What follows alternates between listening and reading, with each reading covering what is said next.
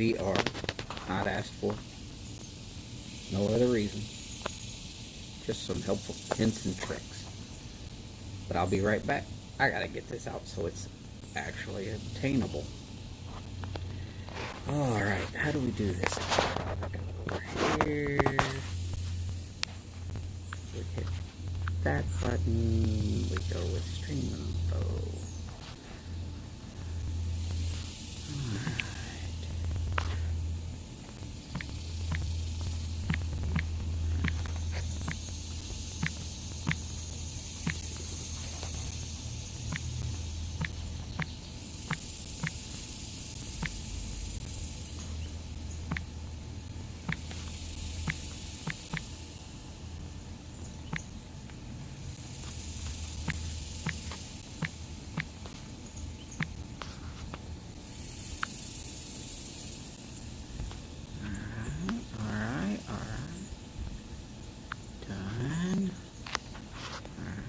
Get this to anyone. Let's save that. Alright, now let's see about getting it out there so that everybody can see it on YouTube. Let's see here. YouTube.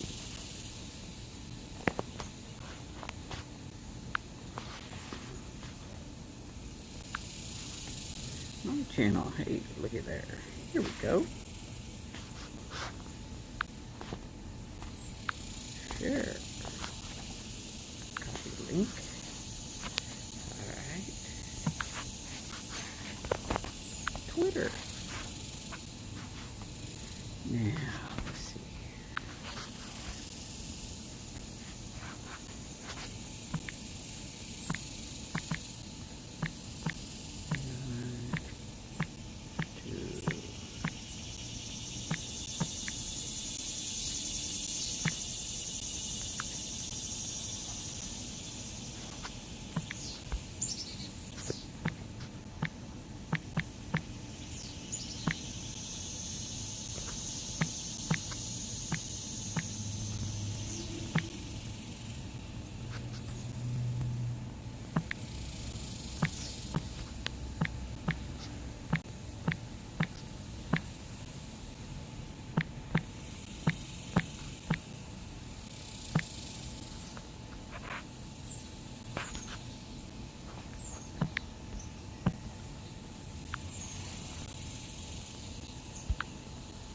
And here we go.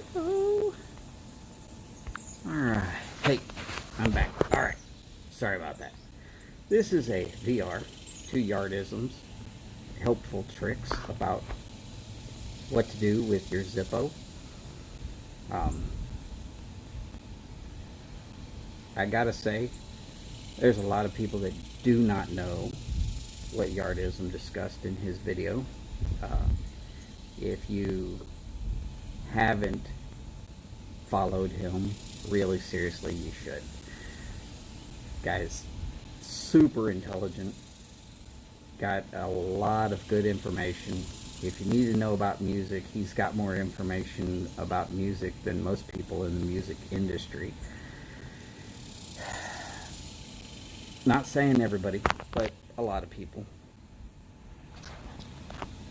So let's real quick discuss the couple of tips and tricks that I'm going to go ahead and discuss about Zippos. First tip and trick. You get yourself a new Zippo. Just like he says in his video, if you're looking at that little hole that's in the felt that's at the bottom of your Zippo, that hole is not there to hold flints or to fill your Zippo. That hole is actually designed to help give a hinge to that felt. Without that hole, your felt will just basically tear up. It was something I picked up from my mother-in-law. She's a seamstress, or at least was a seamstress. She knows more about felt than I'll ever hope to. But asking her what that hole was about, she said, well, that's so that it'll bend a little easier without it tearing your felt apart. A lot of people try to store an extra flint in there. Don't do that. Seriously, all it's going to do is degrade your flint. The fluid will actually degrade a flint over time if it's just left down there in the bottom. If you're going camping, it's not a bad place to store an extra one, but when you're done camping or out on a, trek or whatever, it's good to remove that.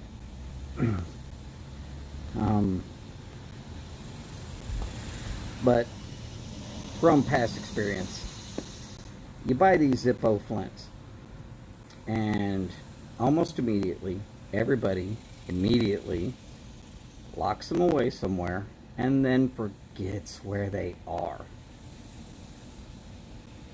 So, to my second helpful hint and trick, get yourself a little bit of blue masking tape. We all know what it is. It's painter's tape. Tape the flints directly to the side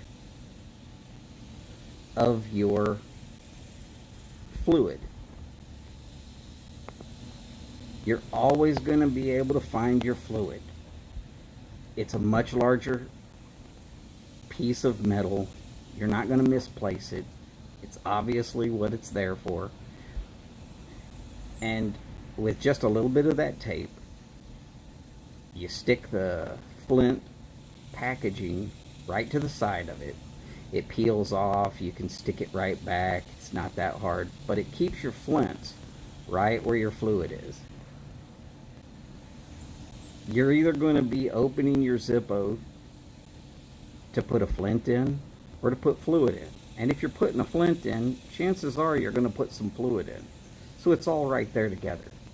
Keeps it nice and neat, and you only have to grab for one thing to know you've got everything you need.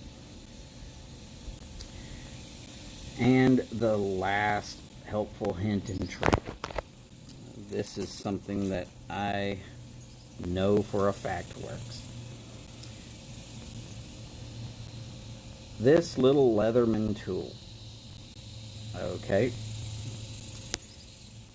It's not big. It's not bad. But if you've got a wick that's just a little bit needing some trim, you can just, a little snip takes care of it, trims it up, instead of having to uncoil all of the cotton. And then one other thing that it has that is nice and helpful is a handy dandy little screwdriver. Alright, gotta put the phone down for a second. Okay. Little screwdriver. It's got a nail file on the other side. But the little screwdriver will tighten up glasses, and you can use it to get that spring open, which, as Yardism has discussed, it's helpful if you have a little screwdriver. And last but not least, it has a little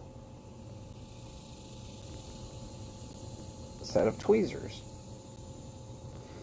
Good for making the on-the-go adjustments to your cotton batting. Now, because I've actually made the mistake of destroying my ball of cotton, I'm going to say this. Each one of those little pieces of cotton is actually a full-size cotton ball. As it's compressed, it has become shaped that way.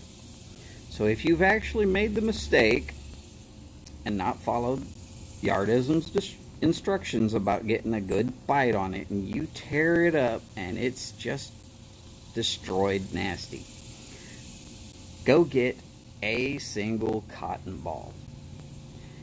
take the cotton ball and just jam it down in there. I would suggest making it the very farthest one, the one that goes in first. That way all the rest of the cotton will push that cotton ball into shape, and it will eventually conform. And over time, last but not least, do not overfill your Zippo. He's discussed it, I've discussed it. Overfilling your Zippo, when you put it in your pocket, it's going to leak out. Now this doesn't sound like so much of a problem, but if you get up around a gas stove, you could catch your whole pocket on fire. All the way up your leg, your shirt, your body. Yeah, it's kind of painful. I wouldn't suggest doing such things. One of the other things is, you will notice it will give you a slight chemical burn wherever it's touching your skin. Lastly, after filling your Zippo, turn it over, let it sit, count to 10, maybe 15, that'll let some of the fluid settle, open it, light it, count to 5, close it back again.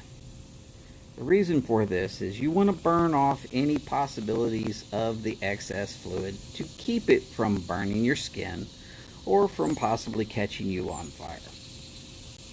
These are just some helpful hints and tricks from people who have been using Zippos for a long, long time. Also, you can use a Zippo to light a cigar. I know some people will look at me like I'm crazy. I haven't noticed very much flavor change, but the fact that you can get a nice good flame, now it is a soft flame, and I prefer using the pipe insert because holding it where the flame will come out the little hole on one side or the other in the pipe insert is a whole lot more flame than just coming out the top. And finally, remember to keep your paperwork someplace with the rest of it. If Zippo ever does change their policy, you might need it. Highly unlikely that you will, but mostly, let's just be honest. So many companies these days are going bankrupt, going up for sale. I mean, Zycar, they had a great, man, just take it back to wherever sells Zycar and they'll just exchange it for you.